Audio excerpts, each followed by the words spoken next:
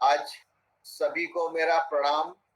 आज के इस 73वें 74वें दिवस पर 15 अगस्त के सबको बधाई देता हूँ।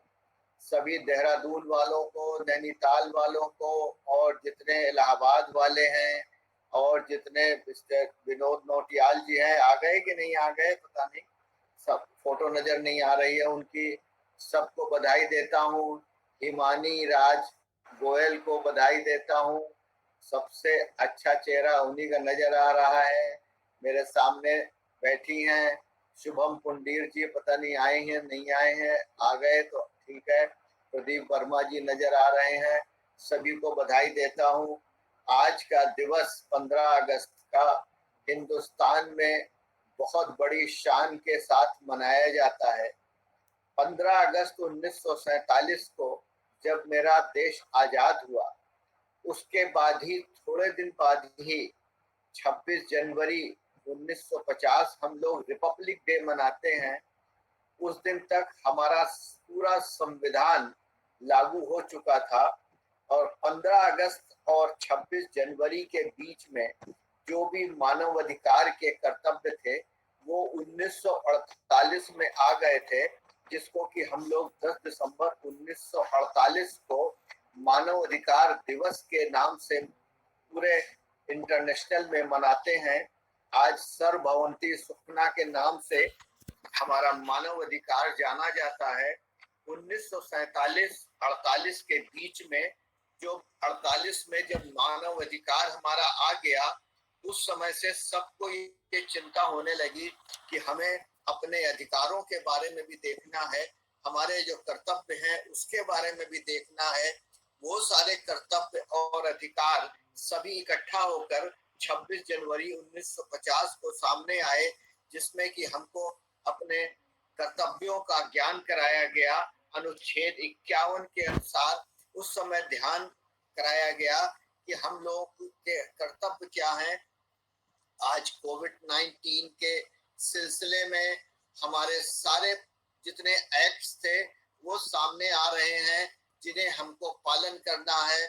आज हमारा मानवाधिकार एक्ट सामने आ रहा है, जिसमें कि कोविड-19 में जितने वर्कर्स थे सबकी सेवा करना। आज हम देख रहे हैं कि हमारे पुलिसकर्मी, हमारे हॉस्पिटल के जितने वार्डन हैं, डॉक्टर्स हैं, सब इस सेवा में लगे हुए हैं। आज ये मानवाधिकार का रूप है, जो मानव की सेवा कर रहा है। अगर हम मानव अधिकार के डेफिनेशन को देखें तो मानव अधिकार प्राण, स्वतंत्रता, समानता और व्यक्ति की गरिमा से संबंधित ऐसे अधिकार प्रत्याभूत किए गए हैं या अंतरराष्ट्रीय प्रसिद्धाओं के और भारत में न्यायालयों द्वारा प्रयत्नशील हैं। आज हम मानवाधिकार की कल्पना करते हैं, क्योंकि हमें मानव अधिकार की सेवा कर रहा है। एक डॉक्टर की भी सेवा करता है और मनुष्य की भी सेवा करता है। जब डॉक्टर बीमार पड़ जाता है तो डॉक्टर की सेवा कर रहा है। कोविड-19 के सिलसिले में मैंने देखा है कितने डॉक्टर्स लोग सेवा करते करते बीमार हो गए। आज वही मानवाधिकार का रूप है। 1948 में जब डिक्लेरेशन ऑफ ह्यूमन राइट्स पास हुआ था, हमारा विदेश से जब हमारे यहाँ 1993 में मानव अधिकार आया, 1993 में कल्पना की गई कि मानव अधिकार भी 10 दिसंबर 1948 के दरमियान में पास होना चाहिए। 1993 में हमारे भारत में 1993 में जब एक्ट आया, सारे स्टेट्स ने भी मानव अधिकार लाए। आज मानव अधिकार की रियल जरूरत है, जबकि कोविड-19 के सिलसिले में भी दे रहे हैं, गेहूं भी दे रहे हैं, सब चीजें बांट रहे हैं। मानव अधिकार अपने लिए ही नहीं, दूसरों के लिए भी कल्पना कर रहा है। हर आदमी को स्टेटस से जीने का अधिकार है, इसीलिए हमारी सेवा का अधिकार जो है उनको मिल रहा है। आज हमारे प्रधानमंत्री ने आत्मनिर्भर के बारे में कही है, वहीं हमें ज्ञान आता है कि आर्टिकल 21 अनुच्छेद 21 और अनुच्छेद 14 में हम आत्मनिर्भर होने की अपना दावा करते हैं कि हम अपने आप में अपने स्टेटस के अनुसार हम सीमित कमा सकें और हम अपने परिवार का भी पालन कर सकें और सबका पालन पोषण कर सकें। यही हमारे अनुच्छेद 21 की विशेषता है। आज अनुच्छेद 21 के साथ साथ आर्टिकल 51, आर्टिकल 39A ये सारी विशेषताएं सामने आती हैं। आज कोविड-19 के सिलसिले में हमको विधि सेवा द्वारा मैं ये आज्ञात करना चाहता हूँ विधि सेवा एवं कि हमारे जितने भी गांव के लोग हैं उनको आर्टिकल 39A के बारे में उन्हें ज्ञात कराएं। आर्टिकल 39 विधि सेवा के बारे में है, equal justice and free legal aid के बारे में है। विधि सेवा एवं सामाजिक उत्थान समिति द्वारा मैं ये कोशिश करूंगा कि ये विधि सेवा एवं सामाजिक उत्थान समिति इस बारे में भी ध्यान दे कि आर्टिकल 39A जो हमारे भारतीय संविधान में है, जो कि हमारे लोक लीगल सर्विसेज अथॉरिटी भी इस कार्य को कर रही है, लेकिन हम एनजीओ के मार्फत से मैं चाहूंगा कि मैं उनको गांव-गांव में उनको ज्ञान दे सकूं, जिससे कि वो अच्छे से अच्छे अपने जो भी निर्णय हो सके वो आत्मनिर्भर होकर अपने आप में सोच सकें कि मेरा क्या कर्तव्य है और क्या किस तरह से मुझे जुडिशियल प्रोनाउंसमेंट्स में और जुडिशियल में हमको ये सहायता मिल सकती है। आज इन्हीं शब्दों के साथ मुझे भगवान कृष्ण और विवेकानंद की पंक्तियां याद आती हैं। जब विवेकानंद बराबर ये कहा करते थे कि अपने कर्मों से साथी तुम महान बनो, किसी के आंसू नहीं तुम मुस्कान बनो। और भगवान कृष्ण, अभी हम लोगों ने महाभारत देखी है, वहां बराबर ये कहा करते थे भगवान कृष्ण, मात्र कर्म अपने लिए करना बंधन है, संसार के लिए करना सेवा है और भगवान के लिए करना पूजा है। हम इन तीनों कार्यों में लगे रहें, हम आत्मनिर्भर रहें, हम भविष्य की चिंता न करते हुए हम वर्तमान में देखें कि वर्तमान में क्या सामाजिक हमारी परिस्थितियां हैं, उनमें से जो भी हो हम सबके भले के लिए मानव अधिकार का रूप लेकर सबका कार्य करते रहें। इन्हीं शब्दों के साथ आज मैं महालक्ष्मी देवी जी को प्रणाम करता हूँ। या देवी सर्वभूतेश लक्ष्मी रूपेण संस्था, नमस्ते नमस्तस्ते नमस्तस्ते नमो नमः। धन्यवाद। पहले मैं आप सबको भारत के स्वतंत्रता की 70वें दिन की बधाई देता हूं। हम 73 साल पहले स्वतंत्र हुए थे। हम लोग स्वतंत्र तो हुए, अर्थ नहीं समझ पाए। स्वतंत्रता का अर्थ केवल वाक स्वतंत्रता नहीं है। आ रही है आवाज आ रही है? यस सर, आपकी आवाज आ रही है। भारत के संविधान ने भी हमें स्वतंत्रता दी है बोलने की, अपने विचार व्यक्त करने की, लेकिन साथ में कुछ रिस्ट्रिक्शन भी है। ऐसा लगता है हम लोग उन रिस्ट्रिक्शन को भूल गए हैं। आज बोलने की आजादी का मतलब कुछ भी बोल देना जिससे समाज की सौहार्दता खतरे में पड़ जाए, आपस में लोग झगड़ने लग जाएं, देश के खिलाफ कुछ भी बोल देना, प्रधानमंत्री के खिलाफ, राष्ट्रपति के खिलाफ, जजेस के खिलाफ कुछ भी बोल देना। तो सबसे पहले हमको इस स्वतंत्रता को समझना होगा। कहते हैं कि हमारे शब्दों का जो प्रभाव है वो जीवन पर्यंत रहता है, सीधा किसी के दिल पर जो प्रभाव डालते हैं। इसलिए शब्दों का चयन हमको सबसे पहले ठीक से करना है। इस स्वतंत्रता को समझना पड़ेगा। आज हम आजाद हैं, लेकिन इस आजादी को बनाए रखने के लिए हमको क्या क्या करना है? केवल सेना के भरोसे, सरकारों के भरोसे, पुलिस के भरोसे रहकर किसी भी स्वतंत्रता की रक्षा नहीं की जा सकती है। हर नागरिक को सैनिक बनना पड़ेगा।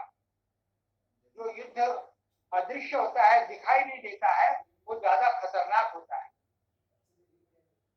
तो युद्ध दिखाई दे रहा सीमाओं पर, उसके लिए तो हमारी सेना तैयार है। लेकिन देश के अंदर जो शक्तियां देश को खंडित करना चाहती हैं, घुसपैठ के नाम पर, आतंकवाद के नाम पर, जातवाद के नाम पर, क्षेत्रवाद के नाम पर, ये दिखाई नहीं देते हैं। इनका षड्यंत्र दिखाई नहीं देता है, चुपचाप अपना काम करते रहते हैं। हमारे पड़ोस में क्या हो रहा है हमें मालूम नहीं होता है। तो हर नागरिक को बड़ा सतर्क होना पड़ेगा, इन आंतरिक खतरों को समझना पड़ेगा। क्योंकि हमने देखा रामायण में भी, रामलीलाओं में देखते हैं कि भगवान राम भी परेशान हो जाते हैं जब मेघनाथ अदृश्य होकर, दिखाई नहीं देता मेघनाथ कहां से जो आक्रमण करेंगे, और उसके बाद लक्ष्मण को शक्ति लग जाती है, खुद राम नहीं बचा पाते, भगवान नहीं बचा पाते। तो अदृश्य युद्ध जो होता है, अदृश्य जो आक्रमण होता है, वो ज्यादा खतरनाक होता है।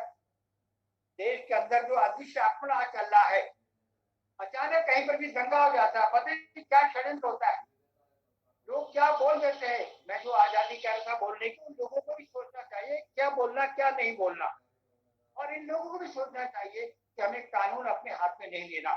तो आजादी को बनाए रखने के लिए हमें बड़ा सतर्क होने की आवश्यकता है। हमें अपने उन स्वतंत्रता संग्राम सेनानियों, उन सेना नायकों को आज याद करने की जरूरत है, जिन्होंने इतना बलिदान देकर हमको आजादी दी है। और ये भी हमको विचार करना चाहिए कि हम क्या पहली बार स्वतंत्र हुए 74 साल पहले, 73 साल पहले? कितनी बार हम स्वतंत्र हुए, हमारे ऊपर आक्रमण होते रहे, हम स्वतंत्र होते रहे। आप याद करिए विक्रम काल को, आपका याद करिए हर्ष काल को, आप याद करिए गुप्त काल को। क्या हम सोने की चिड़िया तब नहीं थे? उस समय भी इस प्रकार के हमारे ऊपर लोगों की दृष्टि थी। भारत के गौरवशाली इतिहास को, भारत की वैभव संपन्नता को अगर देखना है, आप इसी से अंदाजा लगाइए कि आक्रमणकारी बार बार हमारे देश में आक्रमण क्यों करते रहे।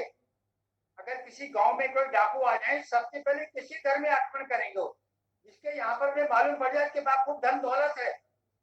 अन्यथा जो है क्यों इस प्रकार के जो वो इस देश पर आक्रमण करते, अपनी जान पर खेलकर। यहाँ पर 17 बार लूट कर ले जाया जाता है। कितने आक्रमण यहाँ पर हुए, लेकिन भारत को मानना पड़ेगा, भारत के वीरों को मानना पड़ेगा कि उन्होंने कभी भी इस गुलामी को स्वीकार नहीं किया। वो हमेशा जो है इस प्रकार का प्रश्न है कि कब हम स्वतंत्र होंगे। और इस प्रकार से इसी आजादी को 35 लाख लोग हमारे ये प्रकार के जो शहीद हुए थे आजादी के 200 साल के, उससे पहले कितने लोग शहीद हुए, मुस्लिम काल में कितने लोग शहीद हुए, अपने मंदिरों को बचाने के लिए, अपनी संस्कृति को बचाने के लिए, अपने इस प्रकार के जो वेश को बचाने के लिए कितना इस प्रकार के लोगों को शहीद होना पड़ा। इस प्रकार से हम हमेशा आजादी के लिए हम जो लड़ने वाले लोग हैं, हमने दास्ता को, गुलामी को भी स्वीकार नहीं किया। जो हजारों वर्ष तक के इस प्रकार के संघर्ष कर रहा है, लेकिन कभी गुलामी को स्वीकार नहीं किया। आप देखिए, आप विश्व को देखिए, पुराने चीन की स्थिति खत्म हो गई है, ये सारे खत्म हो गए हैं। और इसलिए कहा गया कुछ बात है कि ऐसी हस्ती मृत्यु नहीं हमारी। हमारी बात वो क्या है, एक हमने पूरे जैसे हमारे न्यायमूर्ति कानून साहब ने कहा कि हम जब पूरे विश्व को इस प्रकार का परिवार मानते हैं, हम इस प्रकार के सब लोगों को अपना भाई बहन मानते हैं, तो इस कारण से इस प्रकार का हम अपनी संस्कृति रक्षा कर पाए। हमने कभी किसी का मंदिर नहीं तोड़ा, हमने कभी किसी का धर्म ग्रंथ को जलाया नहीं। ये भारत का विशेषता है, और हम चाहते सभी ऐसे हो जाए, किसी के मंदिरों को न तोड़ा जाए। अभी भी धमकी दी जा रही, हम तोड़ देंगे, बताए इससे जो शासन निर्माण होगी, आजादी की रक्षा हो सकती है ऐसे। तो हमें ऐसे लोगों को पहचानना पड़ेगा, और ये जनता का काम है। तो ये ना देखिए हमारे धर्म का व्यक्ति इसके खिलाफ नहीं बोल रहा, जो गलत करता है उसको जो विरोध करना चाहिए। आज हमें जो है गलत को गलत कहने की जो है हिम्मत नहीं है। हम इस प्रकार राजनीति में आ जाते हैं तो फलानी पार्टी का, मैं उस पार्टी का, जिसने गलत बोला जिसने अच्छा बोला। आज प्रधानमंत्री कितना अच्छा काम कर रहे हैं, कितना ज्यादा देश का नाम रोशन कर दिया, लेकिन हम लोगों में हिम्मत नहीं कि अच्छे को अच्छा कह पाए, ना बुरे को बुरा कह पाते, ना अच्छे को अच्छा। क्या एक भी काम अच्छा नहीं किया होगा? वो विपक्ष का नेता उनकी कभी कोई बात को कभी तारीफ नहीं कर सकता। प्रकार से आज आजादी तभी का रक्षा हो सकती है जब किस प्रकार का हम इसके लिए बड़े सतर्क रहें। आंतरिक जो इस प्रकार के हमारे ऊपर जो आक्रमण होते हैं, जो हमारे पड़ोस में भी क्या हो रहा है, हमारे गांव में क्या हो रहा है, उसके लिए युवाओं को आगे आना पड़ेगा। मैं धन्यवाद देता हूँ विधि सेवा एवं सामाजिक उत्थान समिति के सभी युवाओं को कि उन्होंने इस आजादी के दिवस पर एक बड़ा अच्छा कार्यक्रम किया और युवाओं में और लोगों में देशभक्ति की भावना इस प्रकार का जागृत करने का प्रयास किया। Yes sir. तो थैंक यू, धन्यवाद आप सब लोगों को। जस्टिस सर राजेश टंडन जी सर, एडवोकेट अपना नौटियाल जी तथा प्रेसिडेंट रशीद भाई और संपूर्ण पदाधिकारियों का मेरा हार्दिक शुभकामनाएं और आज के 73वें गणतंत्र स्वतंत्र दिवस के उपलक्ष्य सबको बधाई। अभी बहुत जानकारी मिली हमें जस्टिस टंडन सर की तरफ से और अपना नौटियाल सर की तरफ से। बहुत ही निष्पक्ष आपने बनाया, न्याय प्रणाली को समझाने की कोशिश की। मुझे उम्मीद है ये नया ऑर्गेनाइजेशन है विधि सेवा एवं सामाजिक उत्थान समिति, ये बहुत यंग है, बहुत तरुण संस्था है, यंग ऑर्गेनाइजेशन है और इसके कार्यकारी जितने भी यंग स्टूडेंट्स है, तो आगे ये यंग ब्लड अवश्य अच्छा काम करेगा राष्ट्र निर्माण के लिए, राष्ट्र के समृद्धि के लिए, नेशन के प्रॉस्पेरिटी के लिए। ज्यादा मैं कुछ कहना नहीं चाहता हूँ। ये जो पिछले 6 महीने से जो हमने नया अनुभूति हमें मिला है, एक व्यक्ति को नहीं, परिवार को नहीं, समाज, और इस ज्ञान को हमने अपने प्रैक्टिकल में व्यक्ति के व्यवहारिक रूप में डाल के हमने देश को आगे बढ़ाना है। क्योंकि ये महामारी पिछले 4 शताब्दी से आ रहा है, 1719, 1819, 1919 और अभी 2019।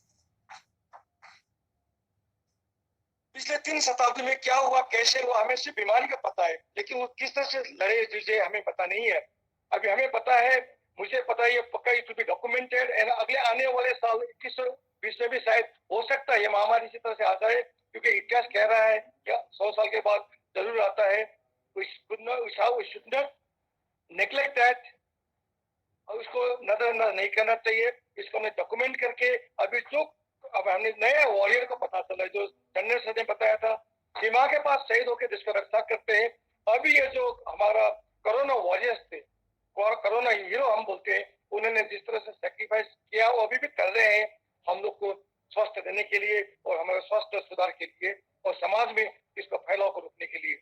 तहे दिल से उन वॉरियर को मैं धन्यवाद देता हूँ। पुलिस, सफाई कर्मचारी, यातायात, चाहे वो गाड़ियों वाले हो, हवाई जहाज, ट्रेन वाले हो, अपने विभिन्न राज्यों में पहुंचाने के लिए जिस तरह से निस्वार्थ भाव से सेवा की है, उन सबको मैं धन्यवाद कृतज्ञता ज्ञापन करना चाहता हूँ। अंत में मैं ज्यादा कहना नहीं चाहता हूँ, मैं धन्यवाद देता हूँ रशीद अली जी को, जिन्होंने मुझे इस लायक का समझा।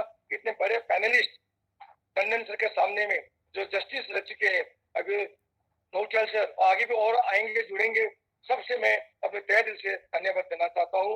और ये नया जो कमेटी है, ये समिति है विधि सेवा एवं सामाजिक उत्थान समिति, seen their mission and vision, आज का दिन बहुत ही अच्छा है।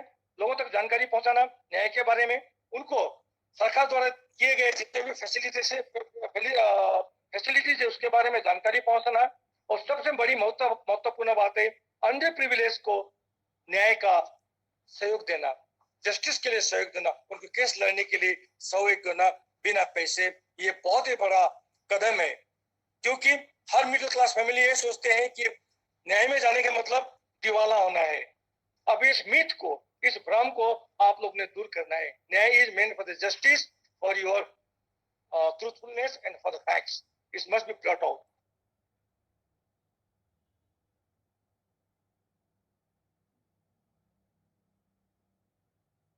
और अंत में आत्मनिर्भर के बारे में बहुत कहते हैं, बात मैं भी change challenge to our self reliance, आत्मनिर्भर करे हैं।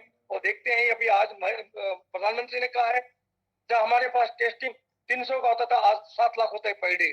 पीपीई किट हम अभी एक्सपोर्ट करने लग गया, जब बनता नहीं था। तो ये हमारा अचीवमेंट है आत्मनिर्भर का। And I wish you the organisation, the samiti will continue to move ahead with their aim, mission and vision. Wish you all the success. Thank you very much. जय हिंद। आज 74वें स्वतंत्रता दिवस के महान पर्व पर मैं विधि सेवा एवं सामाजिक समिति उत्थान समिति के हमारे मुख्य संरक्षक और चीफ जस्टिस राजीव टंडन जी और विनोद नोटियाल जी और इस संस्था के माननीय अध्यक्ष मोहम्मद राशिद अली जी और उनकी कार्यकारिणी को और आज इंडिपेंडेंस डे वर्चुअल डे के कार्यक्रम में सभी लोगों को जय हिंद, जय भारत और नमस्कार करना चाहता हूँ। आज अहोभाग्य है हम कि चीफ जस्टिस राजेश टंडन जी के सम्मुख दोबारा हम लोगों को सुनने का मौका मिला और नोटियाल जी को भी दोबारा सुनने का मौका मिला, क्योंकि देहरादून में जब Rajesh Tandon ji as a chief guest Gorkhali Sudhar Sabha में विधि सेवा द्वारा कार्यक्रम में मुलाकात हुई और आज उनके मुखार बिंदु से ये समाज के लिए जो उन्होंने हमारे को अपना विषय बताया कि और साथ ही विस्तृत जानकारियां हमारे कोविड-19 के लिए, कर्तव्य व्यवहार के लिए, हमारे आर्टिकल के बारे में किस तरह से ये संस्था और हम सब आप भारतवर्ष के लोग मिलकर गरीबों की और जिस जरूरतमंद की न्याय विधि की हम लोग मदद कर सकते हैं, वह एक बहुत ही इस विधि सेवा का सराहनीय कार्य है। क्योंकि अवेयरनेस और असिस्टेंस ये अगर हमारे नीचे तबके के लोगों को मिल जाए तो वह एक बहुत बड़ी सेवा होगी। और मैं ये चाहता हूँ कि जस्टिस साहब ने बोला है जिस प्रकार की अगला कार्यक्रम देहरादून में अगर विधि सेवा आयोग करती है तो वो सेवा नैनीताल से फिर दोबारा यहाँ हमको अपना दर्शन देंगे और जितनी भी और जानकारियां विधि सेवा की है। और वैसे तो मैं धन्यवाद देता हूँ विधि सेवा आयोग को कि उन्होंने एक अपना बुकलेट भी जारी किया है जिसमें कि संपूर्ण जानकारियां उसमें दी गई है। हम भी उस बुकलेट को सर्कुलेट करने में लगे हुए हैं कि कोई भी बंदा उस चीज से अचूक न रह सके और न्याय पद्धति में जो लोगों को आज तक पूरे भारतवर्ष में ये विश्वास है कि भारतवर्ष का जो न्यायपालिका है वो सबसे सुदृढ़ और मजबूत है। मैं चाहूंगा कि जब भी राजेश टंडन जी देहरादून की तरफ आए और हमें भी उनको मौका मिलने का और उनकी जो जितनी भी बात है उनको हम सुने। मैं चाहता हूं कि मैं अपने संपूर्ण समाज के तरफ से और सभी सदस्यों की तरफ से आज हमारे समाज की, भारतवर्ष की अच्छे कार्य के लिए और आने वाले समय में जो कोविड-19 का जो प्रागति इस भारतवर्ष में फैल रही है, हम उस चीज को घर से ही शुरुआत करें और किसी भी तरीके में अपने आसपास के जितने भी लोगों के साथ व्यवहारिक रूप से पेश आए। ये ना कि किसी को अगर कोरोना का पॉजिटिव रिपोर्ट आती है तो उससे हम लोग भेदभाव करें और जिस दिन वो ठीक होके आता है उसको हम माल्यार्पण करके स्वागत करें। वो जब बीमार होता है तो उस टाइम जरूरी है कि उसको हम संपूर्ण रूप से उसको जो मनोबल है वो ऊंचा करें। और जिस प्रकार हमारे टंडन जी ने बोला है कि भारतवर्ष पूर्ण रूप से यहाँ आत्मनिर्भर है, हमारे प्रधानमंत्री जी जो देश में इस तरह से कार्य कर रहे हैं, यह एक बहुत ही हमारे लिए विश्व रूप में हमारे लिए बहुत ही एक अच्छा आंकलन है।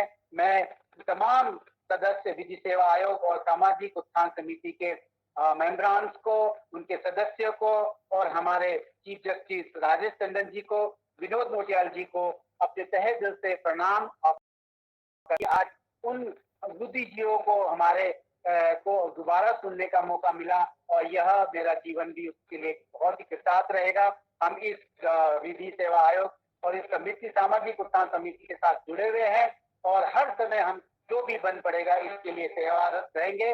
और मैं ज्यादा न कहते हुए सभी भारतवर्ष में आज जो स्वतंत्रता दिवस की लहर चली है, इस महान पर्व को मना रहे हैं, सभी को भाईचारे के साथ मनाए और बधाई देना चाहता हूँ। और इस उपलक्ष्य में मैं हमारे मुख्य संरक्षक और हमारे नोटियाल जी, हमारे राजेश टंडन जी और कर्नल JK छेत्री जी और राशिद अली जी को मैं तहे दिल से धन्यवाद करना चाहता हूं कि उन्होंने इस तरह से आज इस वर्चुअल इंडिपेंडेंस डे का हमारा जो वर्चुअल डे है उस कार्यक्रम में हमें सम्मिलित किया।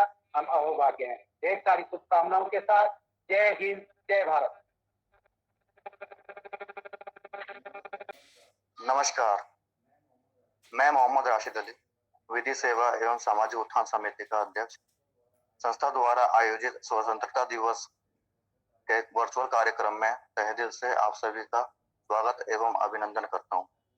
मैं पूरी टीम की ओर से सभी देशवासियों को स्वतंत्रता दिवस की हार्दिक शुभकामनाएं देता हूं और आशा करता हूं कि सभी अपने घरों पर सुरक्षित हैं। नमन है उन सभी महान वीरों को जिनकी बदौलत आज हम स्वतंत्रता दिवस मना पा रहे हैं। सभी फौजी भाइयों को धन्यवाद कहना चाहूंगा कि उनकी वजह से हम अपने आप को सुरक्षित महसूस कर पा रहे हैं। सभी कोरोना योद्धाओं को तहे दिल से शुक्रिया कहना चाहूंगा जो अपनी जान पर खेलकर इस महामारी में देश के साथ हैं और सभी जरूरतमंदों की मदद कर रहे हैं। मैं सभी प्रवक्ताओं को तहे दिल से शुक्रिया अदा करना चाहूंगा कि उन्होंने अपने इतने महत्वपूर्ण समय में से इतना समय निकालकर आज के इस कार्यक्रम को सफल बनाया और हमें इतना कुछ सीखने का मौका दिया। कार्यक्रम को समाप्त करते हुए मैं आप सभी को धन्यवाद करना चाहूंगा और सभी देशवासियों को इससे निवेदन करना चाहता हूं कि सभी अपने घरों में रहकर जरूरत पड़ने पर ही बाहर निकले और अपने आस पड़ोस के लोगों को भी ध्यान रखें। मैं आप सभी को एक बार पुनः स्वतंत्रता दिवस की हार्दिक शुभकामनाएं देता हूँ। धन्यवाद। जय हिंद, जय भारत।